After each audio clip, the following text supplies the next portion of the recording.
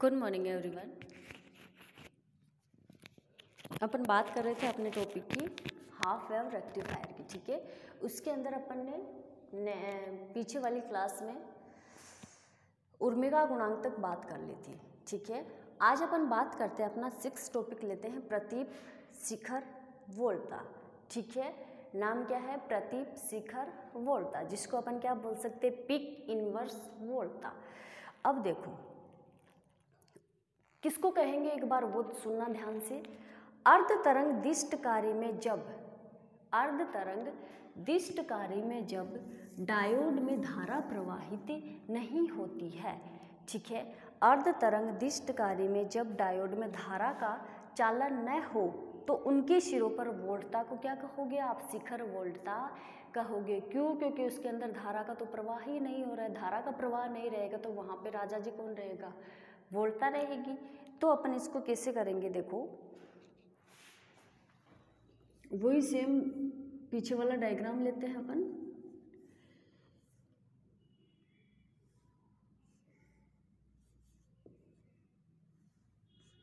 ये लो जी, ऐसे कुछ था अपना, इसको अपन ने बोला था VI, और ये यहाँ पे अपना एक डायोड था,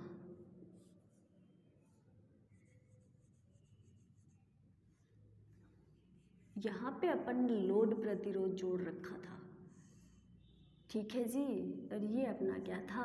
अनोन्य प्रेरण था, इसको बोल दो RL, और वो क्या था? अपना डायोड था, ठीक है। अब ध्यान से सुनना, फालतू की चीज़ें नहीं करनी है, बस ओनली सुनो आप। तो किसकी बात कर रहे हैं? प्रतीप शिखर वोल्टा। कहते किसको है पहले तो वो सुनो। अर्ध तरंग दिष्ट कार्य में जब डायोड में धारा का चालन ना हो तो उनके सिरों पर वोल्टता को प्रतीप शिखर वोल्टता कहते हैं, ठीक है। अब आप लोगों को ये पता है कि डायोड के अंदर धारा का चालन कब नहीं होगा? जब इस डायोड का ये सिरा नेगेटिव से जुड़ा हो और इस डायोड का ये वाला सिरा पॉजिटिव से जुड़ा हो। ध्यान से सुनना, डायोड में आप लोग जानते हो कि धारा का चालन कब नहीं होता है? जब डायोड का ये वाला सिरा, यही बोलूँगी कि ये वाला सिरा नेगेटिव से जुड़ा हो और ये वाला सिरा पॉजिटिव से जुड़ा हो। तो कौन से बायस में जुड़ गया? रिवर्स बायस में। रिवर्स बायस में आप लोग जानते हो कि धारा का प्रवाह नहीं होता है। तो देखो ये यहाँ पे क्या है? माइनस है, और यहाँ पे क्या है? प्लस है।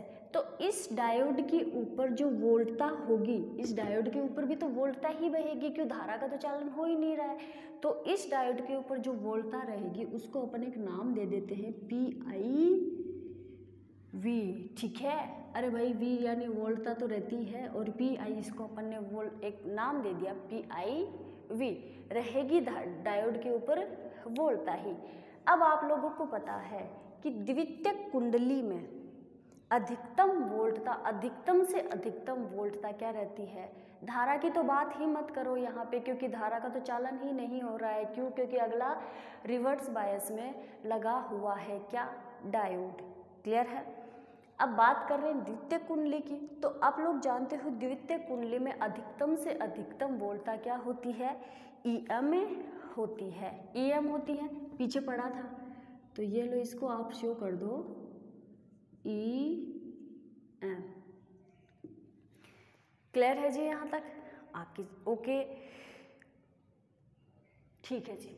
अब सुनना, डायोड जब पश्च बायस में होता है तो धारा का चालन नहीं होता है, और धारा का चालन नहीं होगा तो लोड RL पर वोल्टता का मान क्या हो जाएगा? 0 हो जाएगा। तो क्या करेंगे अब अपन यहाँ पे? किरचॉफ के नियम से, ठीक है। किससे बात करते हैं यहाँ पे? किरचॉफ के नियम से। ध्यान से सुनना, धारा का चालन नहीं हो रहा है तो किरचॉफ का नियम कहाँ से स्टार्ट करोगे? यहाँ से, ठीक है। तो क्या लिखोगे? देखो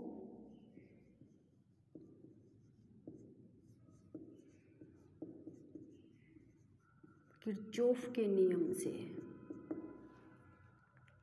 ठीक है जी, किरचॉफ का नियम यूज करते हैं। देखो यहाँ पे, यहाँ से स्टार्ट होगा डायोड का नेगेटिव सिरा, पहले नेगेटिव सिरा ही तो आता है, तो यहाँ से ही तो होगा, धारा का तो प्रवाह ही नहीं हो रहा है। वोल्टता निकाल रहे हैं तो वोल्टता तो यहीं से निकलेगी। तो देखो माइनस से स्टार्ट हो रही है तो माइनस का EM, इसके सिरों पर कोई वोल्टता नहीं है, सॉरी हाँ, यहाँ से आए तो माइनस का EM और इसके सिरों पर कोई वोल्टता नहीं है। वोल्टता का मान RL पर क्या है, 0 है। तो क्या इसको अपन ऐसे लिख सकते हैं, यहाँ से स्टार्ट किया है माइनस EM, लोड के ऊपर वोल्टता का मान क्या है, 0 है।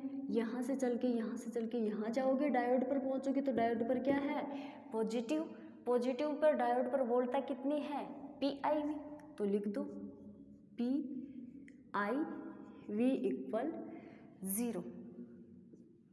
ठीक है, ओके जी। तो क्या हो जाएगा यहाँ पे, PIV इक्वल EM।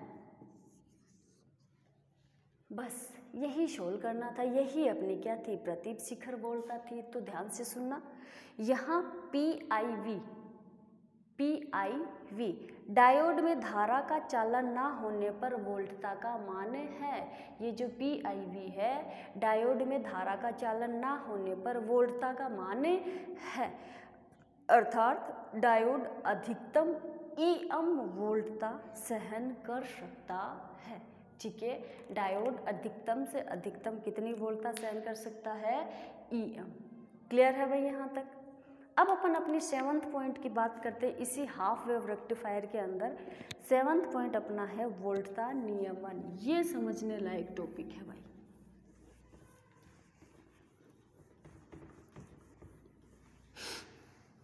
क्या है अपना नेक्स्ट टॉपिक, वोल्टता नियमन, वोल्टेज रेगुलेशन। इसको किससे रिप्रेजेंट करेंगे अपन, VR से।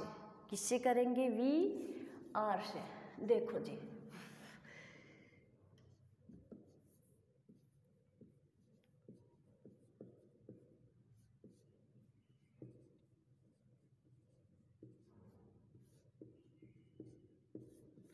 वैसे इसका VR, ये लो जी। ठीक है, अब एक चीज सुनना, निर्गत दिष्ट वोल्टता, निर्गत दिष्ट वोल्टता EDC। ठीक है, एक चीज और, वोल्टता नियम के अंदर अपन ओनली DC की ही बात करेंगे, AC की बात नहीं करेंगे। ठीक है, तो ध्यान से सुनो, निर्गत वोल्टता EDC लोड प्रतिरोध RL पर निर्भर करती है। आप लोगों को पता है कि निर्गत दिष्ट वोल्टता जो होती है EDC, वो किसके ऊपर डिपेंड करती है, लोड RL पर करती है। तो इस अवस्था में निर्गत दिष्ट धारा IDC, ठीक है, निर्गत दिष्ट धारा IDC में परिवर्तन के कारण दिष्ट वोल्टता EDC में होने वाला परिवर्तन को ज्ञात करने के लिए वोल्टता नियम मन को परिभाषित किया जाता है। ठीक है, अब सुनो, आप लोग जानते हो कि EDC किसके ऊपर डिपेंड करता है, RL पर करता है। EDC किस पर डिपेंड करती है, RL पर करती है। अगर अपन IDC में परिवर्तन कर दे, ठीक है, क्या कर दे, EDC और RL तो दोनों एक ही चीज हुई, क्यों, क्योंकि EDC RL पर डिपेंड करती है, तो छोड़ो इसको। अब अगर अपन IDC को परिवर्तन कर दें तो पता लगता है कि EDC में भी परिवर्तन होता है। क्यों, क्योंकि EDC इक्वल क्या होता है, IDC RL इंटू RL। तो बात क्या बोल रहा है ये देखो, अगर अपन इसके अंदर परिवर्तन करें तो इसके अंदर भी परिवर्तन होगा। क्या बोल रहा है ये कि अगर इस IDC के अंदर परिवर्तन करेंगे ना तो EDC के अंदर भी परिवर्तन होगा। और इसी परिवर्तन को ज्ञात करने के लिए अपन किसका काम करते हैं, उस वोल्टता नियमन को यूज में लेते हैं। ठीक है, करने के लिए अपन इस परिवर्तन को ज्ञात करने के लिए अपन वोल्टता नियमन को परिभाषित करते हैं। क्लियर है कि वोल्टता नियमन क्यों काम में लेते हैं। ठीक है, आप लोगों को पता है वोल्टता नियमन के अंदर ये क्या होती है, दिष्ट वोल्टेज होती है। सॉरी निर्गत दिष्ट वोल्टेज होती है, ये क्या होती है, निर्गत दिष्ट धारा होती है। ये RL क्या होता है, लोड प्रतिरोध होता है। आप लोग जानते हो ये EDC जो है ये इस RL पर डिपेंड करती है, इस लोड पर डिपेंड करती है, ठीक है। ये तो इसके ऊपर डिपेंड कर गई। अब इसको अगर अपन ने परिवर्तन किया, इसके मान में जरा सा भी परिवर्तन किया तो इसके मान में भी परिवर्तन होगा, और इसी परिवर्तन को अपन निकालने के लिए या इस परिवर्तन का पता लगाने के लिए अपन ने वोल्टा नियमन को क्या किया, परिभाषित किया है, ठीक है जी। अब देखो इसका एक फॉर्मूला होता है, किसका, वोल्टा नियमन का, VR equal VNL minus VFL upon VFL।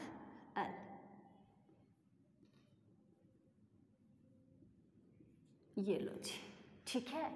अब अपन बात करते कि VNL और FL क्या होता है, दिमाग में चल रहा होगा आपके, जरूर चल रहा है, तो सुनो। जो हमें वोल्टा मिलती है ना EDC लोड पर, ठीक है, EDC कहाँ पर मिलती है, लोड पर मिलती है, बेसिक सी बात है। तो जो हमें लोड वोल्टा मिलती है EDC लोड पर, तो अब वो लोड वाली वोल्टा क्या हो जाएगी, एक बार तो नो लोड के रहेगी, यानी कि एक बार तो उसके ऊपर लोड रहेगा ही नहीं, और एक बार उसके ऊपर फुल लोड लग जाएगा, ठीक है।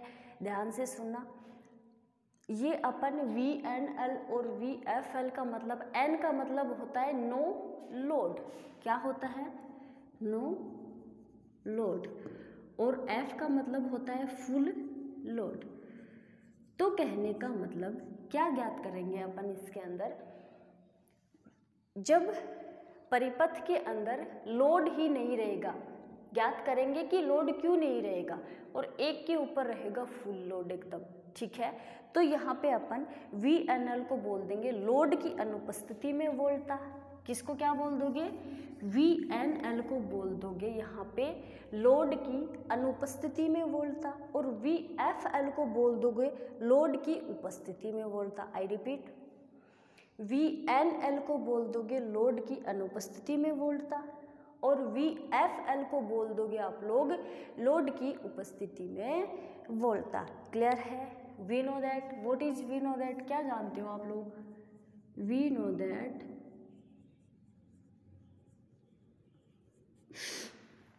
EDC इक्वल कितना होता है। अभी वो सब फॉर्मूले आएंगे तब आप लोगों को पता चलेगा कि हाँ वो फॉर्मूले याद करना कितना ज़रूरी है, ठीक है। अभी भी मैं बोल रही कि वो फॉर्मूले आप लोग याद करो। EDC इक्वल क्या होता है,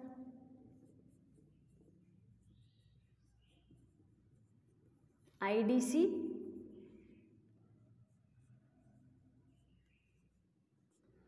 RL, यही होता है, ठीक है। अब चूंकि IDC इक्वल क्या होता है,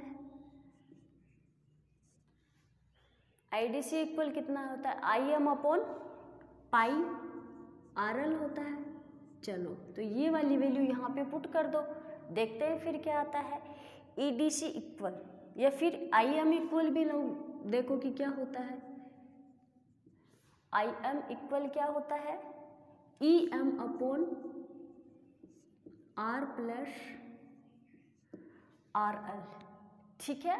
तो देखो अब क्या करोगे, सबसे पहले EDC इक्वल IDC की वैल्यू रख दो, IM अपॉन पाई RL, और अब IM की वैल्यू आप लोग जानते हो तो पुट कर दो, EM upon R plus RL, और ये पाई। क्लियर है भाई यहाँ तक। देखो कुछ नहीं किया, हाँ ये जो RL है इसके साथ RL भी तो है भाई, यहाँ पे देखो, ये देखो EM RL, ये तो IM की वैल्यू है EM upon R plus RL, पर IDC के साथ तो RL है ना, तो ठीक है रख दिया। क्लियर है यहाँ तक, कुछ भी नहीं किया। वी नो दैट क्या जानते हैं अपन, EDC इक्वल IDC RL होता है। IDC की वैल्यू जानते हो आप लोग, IM की वैल्यू जानते हो आप लोग, तो वो दोनों क्या किया अपन ने, बस यहाँ पे पुट किया है।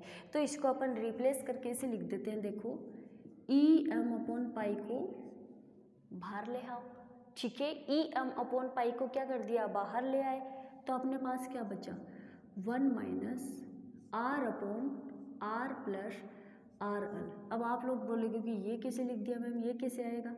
तो देखो सॉल्व करो इसको, इसका एलसीएम लेके देखो आर प्लस आर एल, तो क्या हो जाएगा R plus R L minus R से आर चला गया, तो ये यहाँ पे क्या है R upon R plus R L. तो क्या अपन इसको इस रूप में लिख सकते हैं? बिल्कुल लिख सकते हैं। तो देखो यही किया है बस, और कुछ नहीं किया है।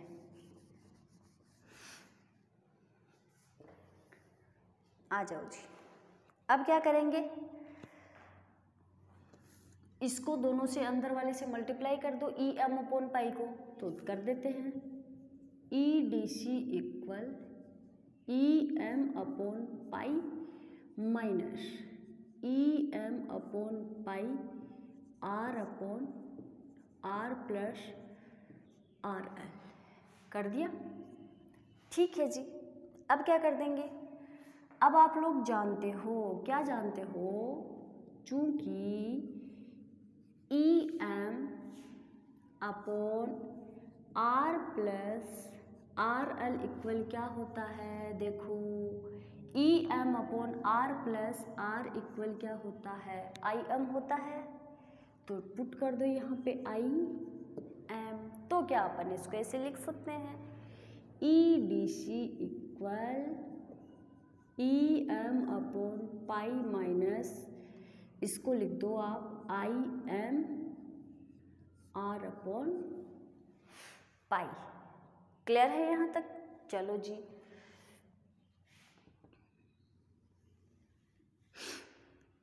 अब देखो अपन क्या करते हैं यहाँ पे, हाँ जी, अब आप लोग एक चीज और जानते हो, क्या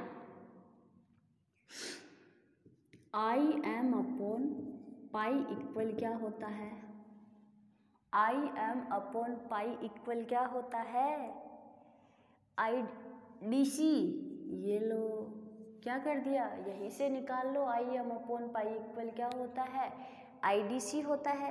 तो यहाँ पे पुट कर दो, फिर क्या आ जाएगा अपने पास, देखो E D C equal E M upon pi minus I D C R. ये लो जी, ये अपन ने अभी तक क्या निकाला है, ईडीसी निकाला है, किसके अंदर, वोल्टता नियमन के अंदर। दोबारा बताने की जरूरत नहीं है होगी शायद, तक यहीं तक है, बस कुछ नहीं किया है, वैल्यू पुट की है। ठीक है, ये इक्वेशन याद रखना बस, ईडीसी इक्वल आईडीसी आरएल होती है, फिर वहाँ से सीक्वेंस से चलते रहना और ईडीसी निकालोगे आप लोग। ठीक है जी, इसको इक्वेशन दे देना 6 और इसको इक्वेशन दे देते हैं 7। क्लियर है यहाँ तक?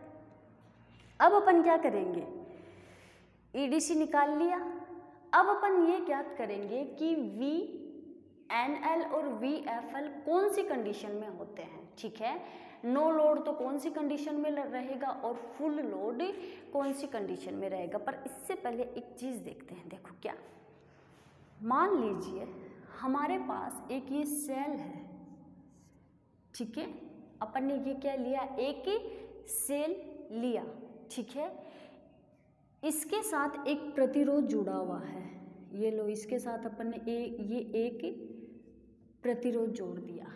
ओके, देखो जी, अभी भी सुन लो, ध्यान से सुन लेना, ये अपन ने कोई एक सेल लिया जिसके साथ प्रतिरोध लगा हुआ है, ठीक है, और इस सेल का विद्युत वाहक बल क्या है, ई है।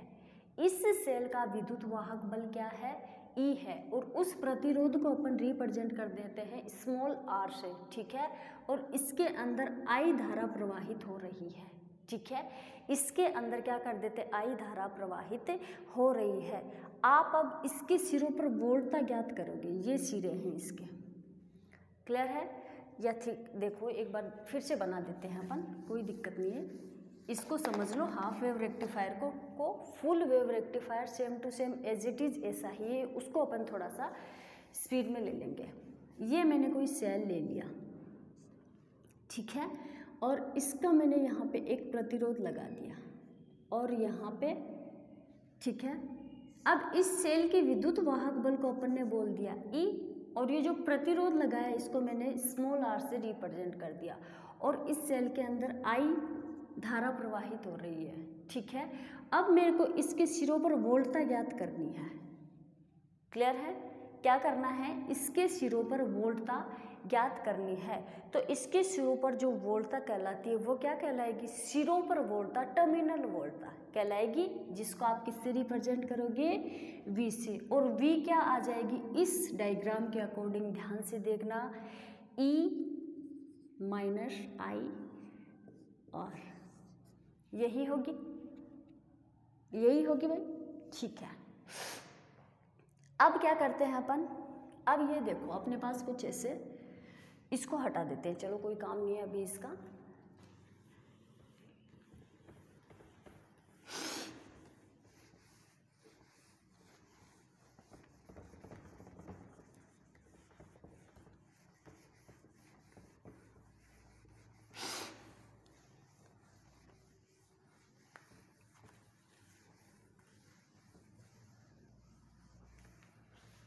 चलो जी,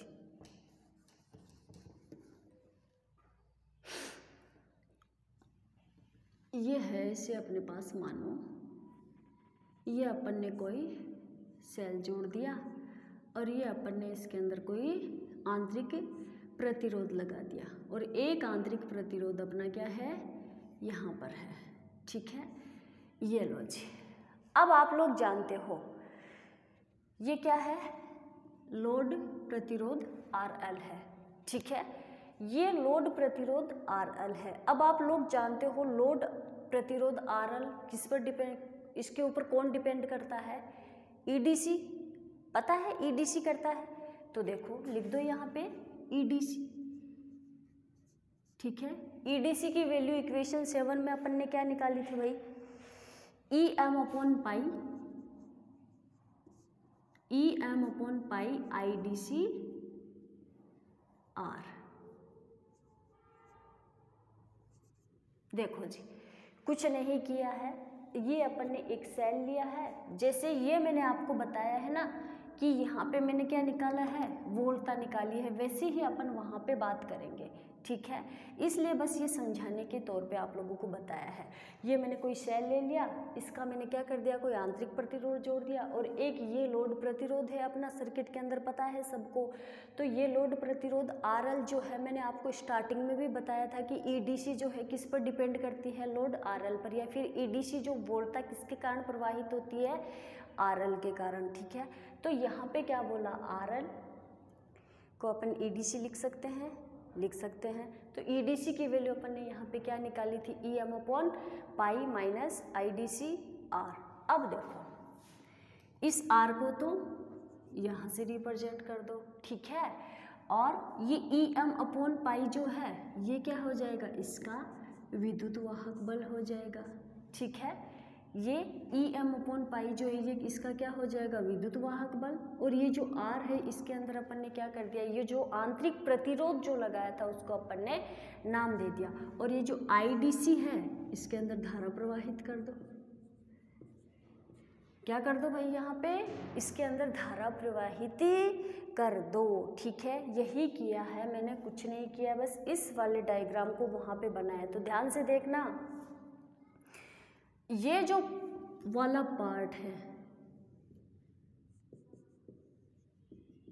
ये वाला पार्ट क्या है? अपना सेल है। ठीक है, ये वाला अपना क्या है? पार्ट एक सेल है। देखो उस सेल का विद्युत वाहक बल कितना है? EM/पाई। उस सेल की आंशिक प्रतिरोध कितना है? R। और इस सेल के अंदर प्रवाहित धारा कौन सी है?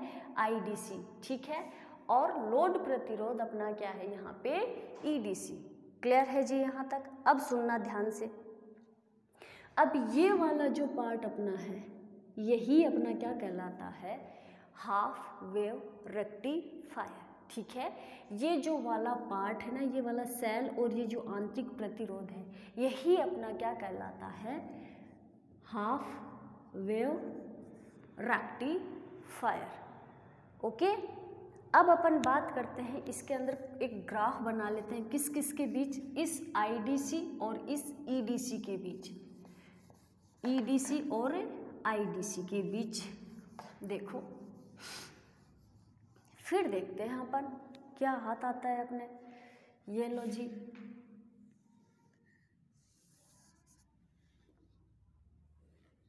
ये अपने यहाँ क्या है, आईडीसी धारा प्रवाहित हो रही है और इस साइड अपना क्या प्रवाहित हो रहा है, ईडीसी वोल्टता, यानी कि वोल्टता और धारा के बीच ग्राफ शो कर रहे हैं। कौन से, इस वाली इक्वेशन के अकॉर्डिंग, किस, ठीक है, किस वाली इक्वेशन के अंदर, इस वाली इक्वेशन के अंदर। अब ध्यान देखना, अर्ध तरंग दिष्टकारी, मैंने बोला था ना कि ये वाला पार्ट क्या हो जाएगा अपना, हाफ वेव रेक्टिफायर कहलाएगा। तो इसको अपन एक सेल के रूप में ही तो लिया, वो जो पीछे बताया था, तो इसको अर्ध तरंग दिष्टकारी को अपन एक सेल बोल सकते हैं। ये पूरा वैसे है भी सेल ही, मैंने बोला था कि सेल है, इस सेल को ही आप क्या कहते हो, हाफ वेव रेक्टिफायर। तो सुनो, अर्ध तरंग दिष्टकारी एक ऐसा सेल है जिसकी टर्मिनल वोल्टता, ठीक है, जिसकी टर्मिनल वोल्टता ईडीसी या समीकरण 7 के अनुसार ईडीसी है। वो मैंने आपको वहाँ पे वोल्टता क्या बताया था, वी बताया था। तो इस अर्ध तरंग दिष्टकारी की यहाँ पे वोल्टता क्या हो जाएगी, टर्मिनल वोल्टता ईडीसी होगी, ठीक है जी, जिसकी, और विद्युत वाहक बल क्या होगा, इस हाफ वेव रेक्टिफायर सेल का विद्युत वाहक बल क्या हो जाएगा, EM/π। क्लियर है। इस हाफ वेव रेक्टिफायर सेल की आंतरिक प्रतिरोध क्या होगा, R होगा। इस हाफ वेव रेक्टिफायर सेल की निर्गत धारा कितनी हो जाएगी, IDC है। क्लियर है यहाँ तक सब एकदम। चलो जी, अब अपन क्या कर लेते हैं, यदि लोड RL उपस्थित ना हो तो लोड में प्रवाहित धारा क्या हो जाएगी, 0। एक चीज और देखो, अगर अपन क्या कर लें, इसके अंदर ये लोड वाली जो लोड है इसके अंदर धारा प्रवाहित ना करें या फिर ये लोड उपस्थित ना हो तो लोड में प्रवाहित धारा उपस्थित नहीं होगी। कहने का मतलब क्या है, ये लोड ही उपस्थित ना होने, यानी कि ये वाला जो पूरा सर्किट है ये क्या हो जाएगा, ओपन लूप हो जाएगा। मैंने पीछे भी बताया था किरचॉफ के नियम में थेवेनिन प्रमेय पूछी थी आप लोगों ने, उसके अंदर मैंने बताया था कि ये ओपन सर्किट है, ये क्लोज सर्किट है, ठीक है। तो यहाँ पे अपन क्या कर देते हैं, इसको ओपन सर्किट बना देते हैं। अगर ओपन सर्किट बना दोगे तो RL यहाँ से क्या हो जाएगा, हट जाएगा, हटेगा तो कोई लोड नहीं रहेगा, लोड के ऊपर कोई धारा नहीं रहेगी। जब लोड ही नहीं रहेगा तो धारा कहाँ से रहेगी, तो यहाँ पे इस धारा का मान क्या हो जाएगा, निर्गत धारा का मान 0 होगा कि नहीं होगा। आई रिपीट, अपन ने क्या किया, लाइन सुनना पहले तो ध्यान से, यदि लोड उपस्थित ना हो तो लोड में प्रवाहित धारा IDC इक्वल क्या हो जाएगा, 0। अकॉर्डिंग टू पीछे की क्लासेस या फिर थेवेनिन परिपथ, उसके अंदर अपन ने ओपन सर्किट लिया था। ओपन सर्किट का मतलब क्या होता है, अगर RL को अपन ओपन सर्किट बना दे तो RL यहाँ से हट जाएगा, तो RL के ऊपर जो RL में जो धारा बहेगी उस धारा का मान क्या हो जाएगा, जब लोड ही नहीं रहेगा तो धारा कहाँ से आएगी, तो धारा का मान क्या हो जाएगा, 0। ये RL और EDC देखो पास पास में, इसीलिए मैंने लिख रखे हैं कि डिपेंड करते हैं दोनों एक दूसरे पे। तो RL अगर लोड हटेगा तो इस ये RL का कनेक्शन कहाँ से है, ED से है। EDC की इक्वेशन में निर्गत धारा है। तो बात किसकी कर रहे हैं, इस पूरे वोल्टता नियमन के अंदर ओनली निर्गत की ही बात कर रहे हैं, चाहे निर्गत धारा ले लो चाहे निर्गत वोल्टता ले लो। तो निर्गत धारा क्या हो जाएगी यहाँ पे, 0। निर्गत धारा अगर 0 हो गई तो बचा क्या अपने पास, EM/π। धारा 0 हो गई तो वोल्टता क्या हो गई, ज़्यादा हो गई। तो देखो इसके अंदर यहाँ पे वोल्टता को आप यहाँ पे शो कर दो, ये क्या है अपनी EM/π। ये EM/π यहाँ पे क्या कहलाएगी, आपकी अधिकतम दिष्ट वोल्टता। क्या कहलाएगी,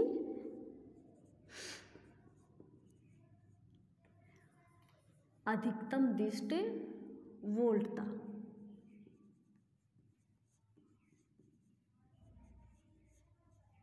ये लो जी, ओके जी, अधिकतम दिष्ट वोल्टता कहलाई। चलो अब क्या करोगे आप लोग, ठीक है, लोड को लगा दो वापिस। अब अपन क्या करते हैं, ये तो कंडीशन कब आई, जब ओपन सर्किट था तब आई, ठीक है। अब क्या करेंगे, यदि लोड उपस्थित हो, ठीक है, यदि लोड उपस्थित हो तो IDC नॉट इक्वल 0, तो क्या करोगे, IDC का मान जैसे जैसे बढ़ाओगे वोल्टता वैसे वैसे क्या हो जाएगी, कम हो जाएगी। तो ध्यान से सुनना, IDC का मान जैसे जैसे बढ़ाओगे तो वोल्टता का मान जैसे जैसे कम होता जाएगा। तो ये लो, इसका ग्राफ ऐसे बन जाएगा कुछ, ये लो जी, इसको एकदम टच मत करना है इस लाइन से। ये क्या किया, इस साइड तो क्या हो रहा है, IDC बढ़ रही है और ऊपर से नीचे की तरफ क्या कम होता आ रहा है, वोल्टता कम होती आ रही है। क्लियर है ये दोनों चीज़ें एकदम, ठीक है। यही अपना क्या था, इसके अंदर एक ग्राफ और ये था, ठीक है। अब क्या कर देंगे, समीकरण 7 में अपन मान रख देते हैं। ये ग्राफ समझ में आ गया, ठीक है। देखो VNL इक्वल क्या आ जाएगा आप लोगों का, EM अपॉन पाई। अब देखो ध्यान से, यहाँ पे मैंने NL क्यों लिखा, जब अपन ने यहाँ पे नो लोड था, यानी कि लोड था ही नहीं, तो उस कंडीशन में VNL इक्वल कितना बचा अपना, EM अपॉन पाई बचा, क्योंकि ये तो 0 ही हो गया था, ठीक है। तो VNL की वैल्यू यहाँ पे क्या आई, EM अपॉन पाई, ठीक है जी। तो माइनस, अच्छा जी, इसको इक्वेशन नंबर दे दो आप 8, क्लियर है। अब यदि लोड उपस्थित हो गया यहाँ पे, ये तो बस मैंने ग्राफ में बोलने के लिए समझाया था, अभी अपन इसकी बात कर लेते हैं। यदि लोड उपस्थित है तो VFL इक्वल क्या आ जाएगा, NL का मतलब नो लोड, नो लोड के अंदर धारा कितनी थी, 0, तो बचा क्या, ये। FL का मतलब फुल लोड, फुल लोड है तो ये दोनों प्रवाहित हो रही है। तो कैसे लिख दोगे आप लोग इसको, EM upon pi minus IDC R, ठीक है जी। इसको इक्वेशन नंबर दे दो 9। अब क्या कर लोगे, इक्वेशन 6 में इक्वेशन 8 एंड 9, इक्वेशन 6 आपको याद हो तो अपन ने स्टार्टिंग के अंदर ली थी, इसके अंदर वोल्ट का नियमन के अंदर VR equal VNL minus VFL। देखो ऐसी कुछ इक्वेशन थी अपनी 6, VR equal VNL minus VFL upon VFL, यही थी।